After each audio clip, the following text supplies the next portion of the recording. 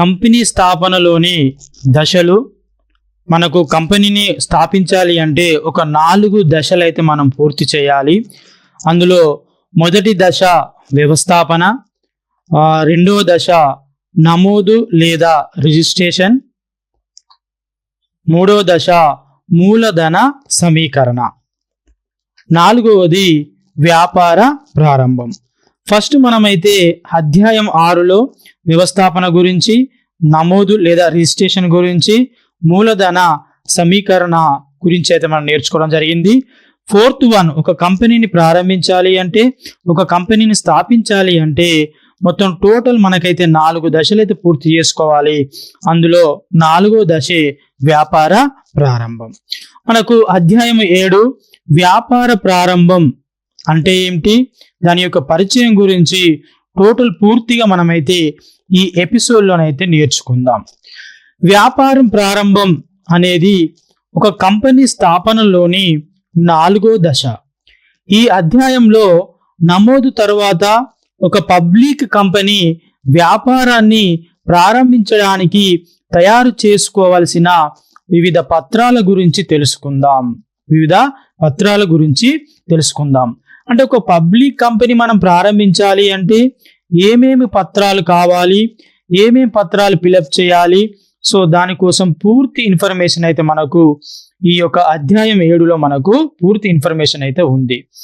కంపెనీల చట్టము 2013 సెక్షన్ 11 ప్రకారము కంపెనీ నమోదు పత్రం పొందిన తేదీని వ్యాపార ప్రారంభ తేదీగా పరిగణించకూడదు.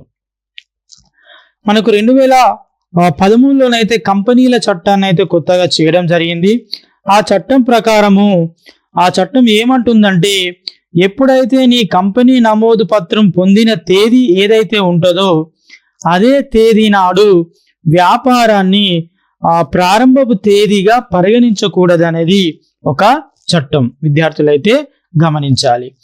అయితే పబ్లిక్ కంపెనీ తప్పనిసరిగా వ్యాపార ప్రారంభ ధృవపత్రం పొందిన తరువాతే ఈ యొక్క వ్యాపార ప్రారంభాన్ని ప్రారంభించవలసి ఉంటుంది. విద్యార్థులారా, ఎప్పుడైతే ఇదొక పబ్లిక్ లిమిటెడ్ కంపెనీ, ఒక రిలయన్స్ ఇండస్ట్రీ లిమిటెడ్ అనేది పబ్లిక్ కంపెనీ, ఈ పబ్లిక్ కంపెనీల చట్టం 2013 ప్రకారము కంపెనీ నమోదు అయిన పత్రము తేదీ ఉంటుంది, అదే తేదీ నాడు వ్యాపారం ప్రారంభించుకోవడానికి అవకాశం లేదట. ఎప్పుడు వ్యాపారం ప్రారంభించవచ్చట అంటే భారతదేశంలో అదే ఒక పబ్లిక్ కంపెనీ అయితే వ్యాపార ప్రారంభ ధృవపత్రం పొందిన తర్వాతే వ్యాపారాన్ని ప్రారంభించవలసి ఉంటుంది. అయితే ఇక్కడ చూడండి, మరి వ్యాపార ప్రారంభ ధృవపత్రం ఏ విధంగా ఉంటుంది, అసలు వ్యాపార ప్రారంభ ధృవపత్రం గురించి మనం ఒకసారి తెలుసుకుందాం. మీరు విజువల్లో చూడవచ్చు, ఇక్కడ వ్యాపార ధృవపత్రం ఇంగ్లీష్లోనైతే మనకు certificate for commencement of business అని మనకు ఈ విధంగా వ్యాపార ధృవపత్రం అయితే ఈ విధంగా ఉంటుంది. సో వాటా మూలధనం ఉన్న ఏ పబ్లిక్ కంపెనీ అయినా రిజిస్ట్రార్ నుంచి వ్యాపార ప్రారంభ ధృవపత్రం పొందిన తర్వాతనే వ్యాపారాన్ని అయితే ప్రారంభించాలి. ఈ పత్రం లేకుండా ఏ పబ్లిక్ కంపెనీ అయినా వ్యాపారం ప్రారంభించరాదు మరియు అప్పులను కూడా సేకరించరాదు.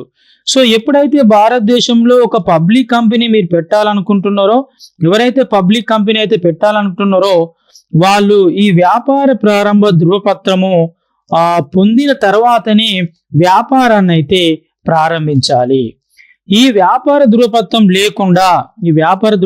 లేకుండా మీరు ఆ పబ్లిక్ కంపెనీ స్థాపించడానికి అనర్హులు.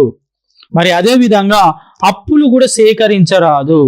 నేను పలానా కాడ పబ్లిక్ కంపెనీని ప్రారంభిస్తున్నాను, నాకు ఎవరైనా అప్పు ఇయ్యగా అని అప్పులు కూడా సేకరించరాదు. మరి ఎప్పుడు నువ్వు ప్రారంభించవచ్చు అంటే ఈ వ్యాపార ప్రారంభ ధృవపత్రము వచ్చిన తర్వాతనే పబ్లిక్ కంపెనీ అయితే నమోదు చేసుకోవాలి, ప్రారంభించాలి. ఒక పబ్లిక్ కంపెనీ వ్యాపార ప్రారంభ ధృవపత్రం పొందడానికి ఈ క్రింద తెలియజేసిన పత్రాలను రిజిస్ట్రార్కు దాఖలు చేయాలి. డియర్ స్టూడెంట్స్, ఒక పబ్లిక్ కంపెనీ వ్యాపార ప్రారంభ ధృవపత్రం పొందడానికి మనకు ఈ యొక్క వ్యాపార ప్రారంభ ధృవపత్రం పొందడానికి మనం రిజిస్ట్రార్కు దాఖలు చేయాలి. ఈ క్రింది తెలియజేసిన పత్రాలు, కొన్ని పత్రాలు రిజిస్ట్రార్కు దాఖలు చేయాలి. అవి ఏమేం పత్రాలు మనం రిజిస్ట్రార్కు దాఖలు చేయాలో చూద్దాం. ఇక్కడ చూడండి, మనకైతే ఏమేం పత్రాలు ఉంటాయంటే నంబర్ 1 చూసినట్లయితే పరిచయ పత్రం లేదా ప్రత్యామ్నాయ పరిచయ పత్రం.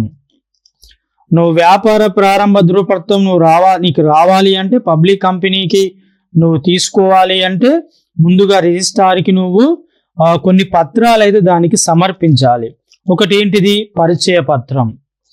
రెండో చూసినట్లయితే డైరెక్టర్లు ఎవరైతే ఉంటారో వారు తీసుకోవాల్సిన అర్హత వాటాలను తీసుకున్నట్లు, వాటి మొత్తాన్ని చెల్లించినట్లు తెలియజేసి ధృవీకరణ పత్రం.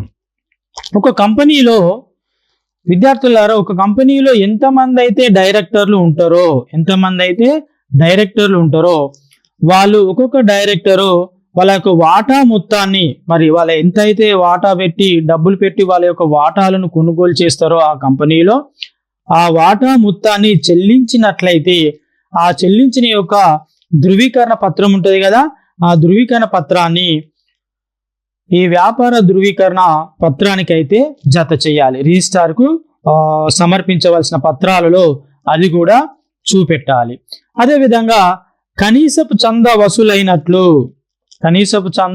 వసూలైనట్లు దాని మేరకు వాటాలను కేటాయించినట్లుగా ధృవీకరించే ఒక పత్రాన్ని కూడా దానికి యాడ్ చేయాలి. 4 చూసినట్లయితే వ్యాపార ప్రారంభానికి కావలసిన అన్ని అంచనాలను పాటించడమైందని కంపెనీ డైరెక్టర్లు లేదా సెక్రటరీ చేత ఇవ్వబడిన ఒక ప్రకటన. సో ఇక్కడ మనకు for example Reliance industries limited ఉంది. ఆ రిలయన్స్ ఇండస్ట్రీ లిమిటెడ్ యొక్క ఇతను ఒక సెక్రటరీ.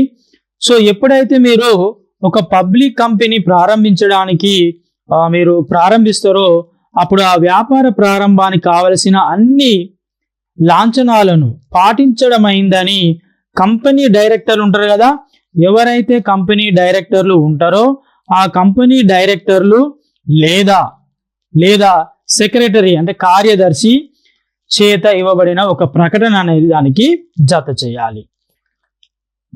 పై పత్రాలను కంపెనీ రిజిస్ట్రార్ పరిశీలించి ఎప్పుడైతే ఆ 4 పత్రాలు ఉన్నాయో ఆ 4 పత్రాలను కంపెనీ రిజిస్ట్రారు పరిశీలించి సంతృప్తి చెందినట్లయితే అప్పుడు వ్యాపార ప్రారంభ ధృవపత్రాన్ని జారీ చేస్తారు. ఎవరుంటారండి? కంపెనీల రిజిస్ట్రార్ ఎవరైతే ఉంటారో అన్ని పత్రాలు సక్రమంగా ఉన్నట్లయితే అప్పుడు కంపెనీల రిజిస్ట్రార్ వ్యాపార ప్రారంభ ధృవపత్రాన్ని జారీ చేస్తారు. ఈ వ్యాపార ప్రారంభ ధృవపత్రం పొందడంతో కంపెనీ స్థాపన పూర్తి అయినట్లు పరిగణించి కంపెనీ తన వ్యాపారాన్ని ప్రారంభించవచ్చు. ఎప్పుడైతే ఆ యొక్క పబ్లిక్ కంపెనీకి వ్యాపార ప్రారంభ ధృవపత్రం వస్తుందో అప్పుడు ఆ యొక్క వ్యాపారాన్ని కంపెనీ ప్రారంభించుకోవచ్చు.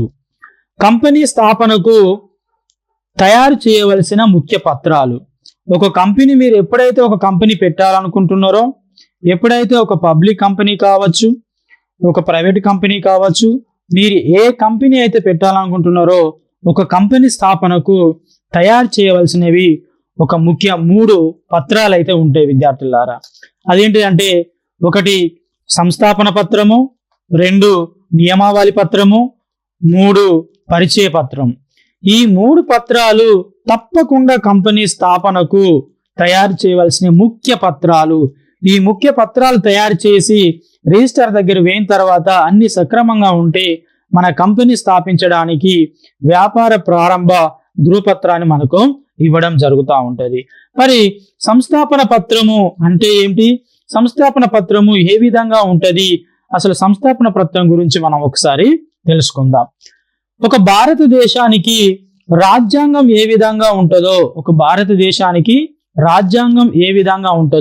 అంటే రాజ్యాంగం అంటే భారతదేశంలోని ఉన్న ప్రజలంతా రాజ్యాంగానికి లోబడి మాత్రమే నడుచుకోవాలి. రాజ్యాంగంలో ఉన్న చట్టాల ప్రకారమే భారతదేశంలోని ప్రజలు ఎవ్రీథింగ్ ప్రతిదీ రాజ్యాంగం ప్రకారమే నడుస్తుంది. అలాగే ఒక కంపెనీలో సంస్థాపన పత్రము కంపెనీకి రాజ్యాంగం లాంటిది. అంటే ఈ యొక్క సంస్థాపన పత్రంలో వాళ్ళ యొక్క ధ్యేయాలను, వాళ్ళ యొక్క పరిధిని, బయటి వారితో ఉన్న సంబంధాలను మొత్తం టోటల్ అందులో ఆ సంస్థాపన పత్రంలో వీళ్ళు ముందే రాసుకుంటారు. ఒక చట్టాలలాగా ఏ విధంగా కంపెనీని ప్రారంభించాలి, ఎవరు ఎంత మూలధనం తీసుకోవాలి, మన కంపెనీ యొక్క ఉద్దేశం ఏంటిది, ఏమేం ప్రోడక్ట్స్ మ్యానుఫ్యాక్చరింగ్ చేస్తాము, ఏమేం ప్రోడక్ట్స్ పర్చేజ్ చేసి సేల్ చేస్తాము, టోటల్ ఎవ్రీథింగ్ ఒక రాజ్యాంగాన్ని రాసినట్టు ఆ యొక్క కంపెనీ గురించి ఎలా కొనసాగాలో మొత్తం టోటల్ ఈ యొక్క సంస్థాపన పత్రంలో వాళ్ళు రాయడం జరుగుతూ ఉంటది. ఇది కంపెనీ నిర్మాణానికి పునాది లాంటిది. సంస్థాపన పత్రం అనేది కంపెనీ నిర్మాణానికి పునాది లాంటిది. వాటాదారులు, రుణదాతలు, ఇతర వ్యక్తులు కంపెనీలో నిర్వహించే వ్యవహారాలకు సంస్థాపన పత్రం హద్దులను నిర్ణయిస్తుంది. అంటే కంపెనీలో వాటాదారులు ఏ విధంగా ఉండాలి, రుణదాతలు ఏ విధంగా ఉండాలి, ఇతర వ్యక్తులతో కంపెనీలో నిర్వహించే వ్యవహారాలకు టోటల్ అన్నిటికీ దిశానిర్దేశం ఈ యొక్క సంస్థాపన పత్రంలో హద్దులను నిర్ణయిస్తుంది.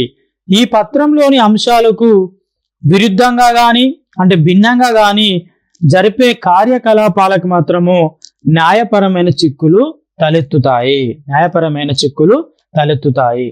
కంపెనీ నమోదు సమయంలో రిజిస్ట్రార్కు అందచేయవలసిన ముఖ్య పత్రాలలో సంస్థాపన పత్రం అనేది ప్రధానమైనది. విద్యార్థులు గమనించాలి, ఇక్కడ ఎక్కడైతే మనకు సంస్థాపన పత్రం ఉందో ఈ యొక్క సంస్థాపన పత్రము కంపెనీ నమోదు చేసే సమయంలో రిజిస్ట్రార్కు అందజేయాల్సిన ముఖ్య పత్రాలలో మనకు సంస్థాపన పత్రం అనేది అతి ప్రధానమైన పత్రం. నెక్స్ట్ రెండవది నియమావళి, ఆర్టికల్ ఆఫ్ అసోసియేషన్. నియమావళి కంపెనీ అంతర్గత పరిపాలనకు అవసరమయ్యే సూత్రాలు, నిబంధనలు తెలియజేసే పత్రమే నియమావళి. కంపెనీ ప్రారంభించిన తర్వాత అంతర్గత అంటే ఇన్నర్ అంటే కంపెనీ ప్రారంభించిన తర్వాత కంపెనీ లోపల వ్యవస్థను ఏ విధంగా తీసుకోవాలి, ఏమేం ప్రోడక్ట్స్ మ్యానుఫ్యాక్చరింగ్ చేయాలి, ఏ విధంగా నియమ నిబంధనలు ఉండాలి అనేది మొత్తం టోటల్ నియమావళి పత్రంలో ముందే వాళ్ళు రాసుకోవడం జరుగుతూ ఉంటది. కంపెనీ దైనందిన వ్యవహారాలను నిర్వహించడానికి రూపొందించిన నియమ నిబంధనలను నియమావళి అంటారు. అంటే సంస్థాపన పత్రము కంపెనీ ధ్యేయాలను నిర్వహించగా నియమావళి ఆ ధ్యేయాలను సాధించే మార్గాలను తెలుపుతుంది. సంస్థాపన పత్రం ఏం చేస్తుంది, ఒక రాజ్యాంగం రాసుకున్నట్టు ఆ కంపెనీ గురించి టోటల్ ఏ విధంగా కొనసాగించాలనేది సంస్థాపన పత్రంలో చట్టాలు రాసుకున్నట్టు రాసుకుంటుంది. దాని నియమావళి ఆ ధ్యేయాలను ఏం చేస్తుంది, సాధించే మార్గాలుగా తెలుపుతుంది. కంపెనీ నియమావళిని వివిధ పేరాలుగా విభజించి వరుస సంఖ్యలుగా వేసి ముద్రించి తగిన స్టాంపులను అతికించాలి. కంపెనీ యొక్క నియమావళిలో ఇక్కడ చూడవచ్చు, కంపెనీ యొక్క నియమావళిలో పేరాలుగా విభజించి వరుస సంఖ్యలు వేసి ముద్రించి తగిన స్టాంపులను అతికించాలి. సంస్థాపన పత్రంపై సంతకం చేసిన వారందరూ ఎవరైతే సంస్థాపన పత్రం పైన సంతకాలు చేస్తారో వాళ్ళు కూడా నియమావళిపై కూడా సంతకాలు చేసి సాక్షులతో ఈ పత్రాన్ని ధృవీకరించాలి. సంస్థాపన పత్రం తయారు చేసిన వాళ్ళు సంస్థాపన పత్రం పైన ఎవరెవరైతే సంతకాలు చేస్తారో వాళ్ళు కూడా దీనిపైన సంతకాలు చేయాలి. ఈ పత్రాన్ని సంస్థాపన పత్రంతో పాటు కంపెనీ రిజిస్ట్రార్కు దాఖలు చేయాలి. సో సంస్థాపన పత్రంతో పాటు నియమావళి పత్రాన్ని కూడా కంపెనీల రిజిస్ట్రార్కు దాఖలు చేయాలి. నెక్స్ట్ పరిచయ పత్రం అంటే ఏంటిది, మరి ఒక పబ్లిక్ కంపెనీ మూలధనంను సమకూర్చుకోవడానికి అంటే ఒక పబ్లిక్ కంపెనీకి డబ్బులు కావాలి అంటే, వ్యాపారాన్ని కొనసాగించడానికి ఎక్కువ మూలధనం కావాలి అంటే తమ వాటాలలో లేదా డిబెంచర్లలో పెట్టుబడి పెట్టమని ప్రజలను ఆహ్వానిస్తూ జారీ చేసే పత్రాన్ని మనము పరిచయ పత్రం అంటారు. పరిచయ పత్రము ప్రజలకు కొత్త కంపెనీ స్థాపన గురించి తెలియజేస్తుంది. ఎప్పుడైతే పేపర్లో పరిచయ పత్రాన్ని వాళ్ళు రిలీజ్ చేయడం జరుగుతుంది, పలానా కాడ నేను పబ్లిక్ కంపెనీ పెట్టాను, మా కంపెనీలో మీరు పెట్టుబడి పెట్టడానికి వాటాలను కొనుగోలు చేయవచ్చు అనేది ఒక పరిచయ పత్రాన్ని జారీ చేస్తారు.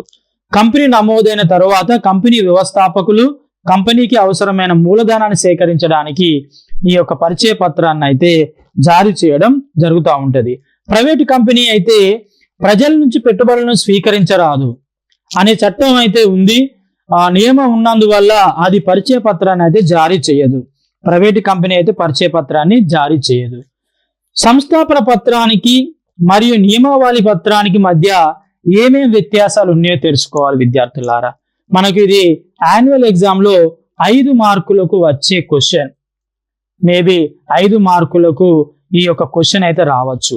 క్వశ్చన్ అడగవచ్చు, సంస్థాపన పత్రం మరియు నియమావళి మధ్య ఉన్న వ్యత్యాసాలు తెలుపండి అంటాడు. వ్యత్యాసాలు తెలుపండి అంటారు. మరి సంస్థాపన పత్రం మరియు నియమావళి మధ్య వ్యత్యాసాలు అయితే ఇప్పుడైతే మీరైతే సంస్థాపన పత్రం గురించి నియమావళి పత్రం గురించి అయితే నేర్చుకోవడం జరిగింది. సో సంస్థాపన పత్రానికి నియమావళి పత్రానికి కొన్ని తేడాలు ఏమేమి ఉన్నాయో మనం ఇక్కడ చూద్దాం. తేడాలు ఏమేమి ఉన్నాయో చూద్దాం. ఇక్కడ పోల్చవలసిన అంశం చూసినట్లయితే సంస్థాపన పత్రం అంటే ఏంటిది ఫస్ట్ మీరు గుర్తుపెట్టుకోవాలి. సంస్థాపన పత్రం అనేది కంపెనీకి రాజ్యాంగం వంటిది. కంపెనీకి రాజ్యాంగం వంటిది. సంస్థాపన పత్రము పరిధిలోని కంపెనీ వ్యవహరించాలి. ఎప్పుడైతే సంస్థాపన పత్రంలో ఏమేమి చట్టాలు ఆ యొక్క కంపెనీని ఏ విధంగా కొనసాగించాలో సంస్థాపన పత్రంలో ఒక రాజ్యాంగం రాసుకున్నట్టు రాసుకుంటారో అందులో రాసుకున్న విధంగానే అందులో ఉన్న చట్టాల ప్రకారమే ఒక కంపెనీని అయితే వ్యవహరించాలి. మరి నియమావళి పత్రం ఏం చెప్తుంది? నియమావళి పత్రం చూసినట్లయితే నియమావళి కంపెనీ దైనందిన పరిపాలనకు పరిమితమైంది. ఇది సంస్థాపన పత్రానికి లోబడి ఉంటుంది. నియమావళి పత్రం అనేది సంస్థాపన పత్రానికి లోబడి ఉంటుంది. సంస్థాపన పత్రంలోనేమో రాజ్యాంగం రాసినట్టు రాసుకుంటారు.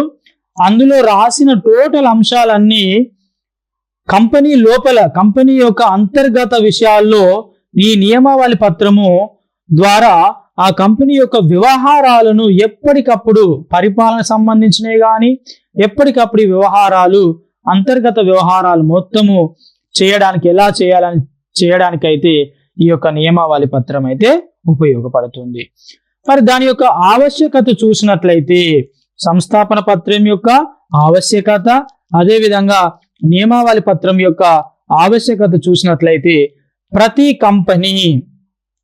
కంపెనీ సంస్థాపన పత్రాన్ని తప్పనిసరిగా తయారు చేసి రిజిస్ట్రార్కు నమోదు చేయాలి. ప్రతి కంపెనీ పబ్లిక్ కంపెనీ ఏదైతే ఉంటుందో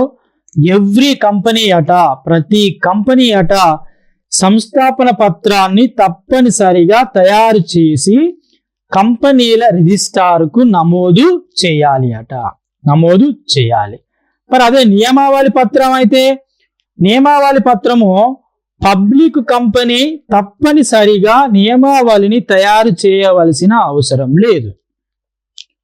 ఈ యొక్క నియమావళి పత్రం ఉంటది కదా, ఈ యొక్క నియమావళి పత్రం అయితే ప్రైవేటు కంపెనీ అయితేనేమో నియమావళి పత్రాన్ని తప్పనిసరిగా తయారు చేయాలి.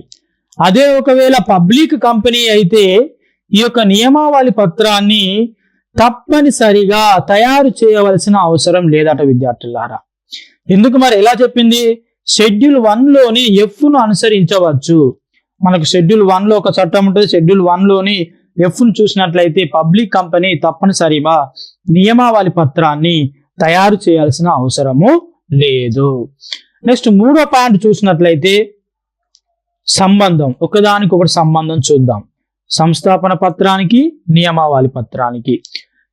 సో సంస్థాపన పత్రంలో సంబంధం చూసినట్లయితే ఈ పత్రం అంటే సంస్థాపన పత్రం కంపెనీకి బయటి ప్రపంచానికి మధ్య గల సంబంధం తెలుపుతుంది.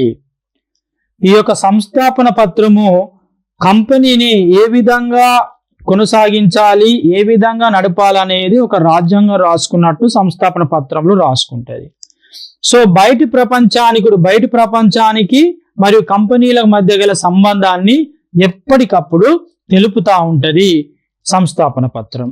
మరి నియమావళి పత్రం ఏం చేస్తుంది? నియమావళి పత్రం చూసినట్లయితే ఈ పత్రము కంపెనీకి దాని వాటాదారులకు మధ్య గల సంబంధాన్ని తెలుపుతుంది. ఈ నియమావళి పత్రంలో కంపెనీలో ఎంతమంది వాటాదారులు ఉన్నారు, ఒక్కొక్క వాటాదారుడు ఎన్ని షేర్స్ అంటే వాటాలు, ఎన్ని వాటాలు కొన్నారు మన కంపెనీలో, ఎంతమంది వాటాదారులు ఉన్నారు, వాటాదారులను ఇంకా ఎక్కువ మనం సేకరించుకోవాలంటే ఏం చేయాలి అనేది ఎప్పటికప్పుడు ఈ యొక్క నియమావళి పత్రం ద్వారా కంపెనీకి వాటాదారులకు మధ్య గల వారధిగా ఉంటది నియమావళి పత్రం. నెక్స్ట్ చూసినట్లయితే మార్పు, 4వ అంశం చూసినట్లయితే మార్పు. ఇక చూడండి సంస్థాపన పత్రం 4వ పాయింట్ చూసినట్లయితే సంస్థాపన పత్రాన్ని మార్చడం అంత సులభం కాదు.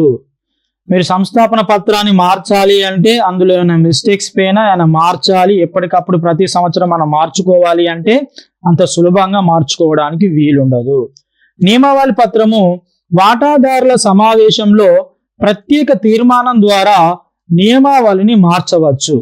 కొన్ని నియమావళిలో ఉన్న చట్టాలు, నియమ నిబంధనలు ఒకవేళ మార్చుకోవాలి అంటే మన కంపెనీ అభివృద్ధిగా చెందాలి అంటే, లేదంటే మిగతా కంపెనీలతో పోటీ పడాలి అంటే, మన కంపెనీలోని అంతర్గత వ్యవహారాలను పెంపొందించాలి అంటే వాటాదారుల సమావేశం పెట్టి ప్రత్యేక తీర్మానం ద్వారా కొన్ని నిబంధనలు, నియమాలు ఈ యొక్క నియమావళి పత్రంలో మార్చవచ్చు.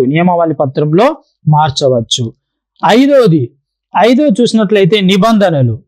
సంస్థాపన పత్రం ఇది చట్టానికి మాత్రమే లోబడి ఉంటుంది. సంస్థాపన పత్రం అనేది చట్టానికి లోబడి మాత్రమే ఉంటుంది. కంపెనీ సంస్థాపన పత్రంలో పేర్కొన్న చట్ట నిబంధనలకు వ్యతిరేకంగా వ్యవహరించరాదు. కంపెనీలో భారతదేశానికి రాజ్యాంగంలో ఏ విధంగానైతే చట్టాలు ఉన్నాయో ఒక కంపెనీలో సంస్థాపన పత్రంలో ఆ విధంగా చట్టాలు రాసుకుంటది.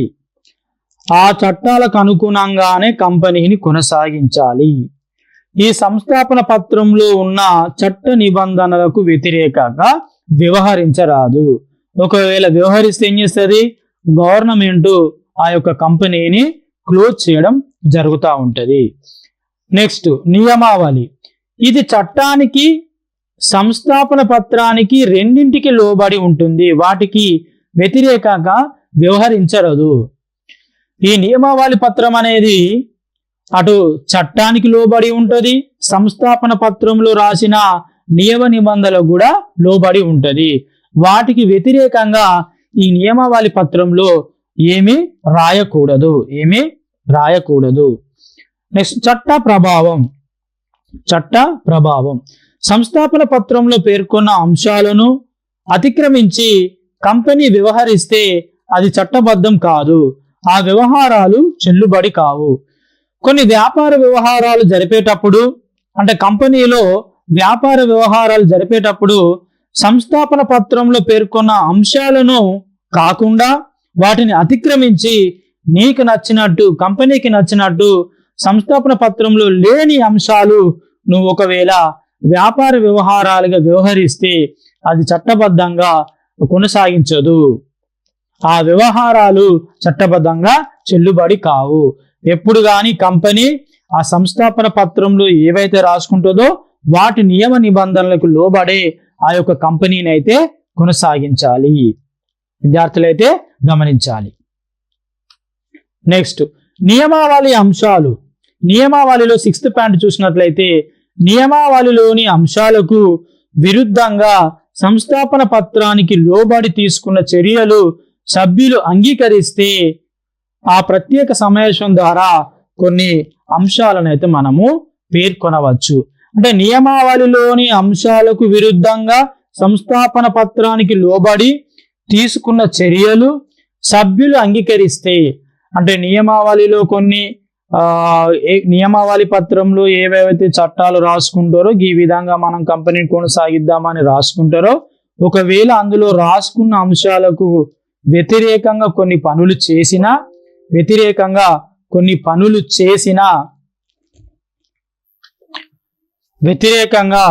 పనులు చేసినా కూడా ఆ యొక్క కంపెనీలో ఉన్న వాటాదారులను ఒక ప్రత్యేక సమావేశం ద్వారానైతే కొన్ని నియమావళి పత్రంలోని అంశాలను అయితే చేంజ్ చేసుకోవచ్చు.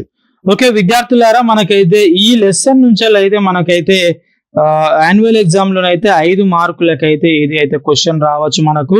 అంటే క్వశ్చన్ ఏ విధంగా అడగవచ్చు అంటే, సంస్థాపన పత్రము మరియు నియమావళి మధ్య వ్యత్యాసాలను తెలియపరచండి అని మనకు క్వశ్చన్ రావచ్చు.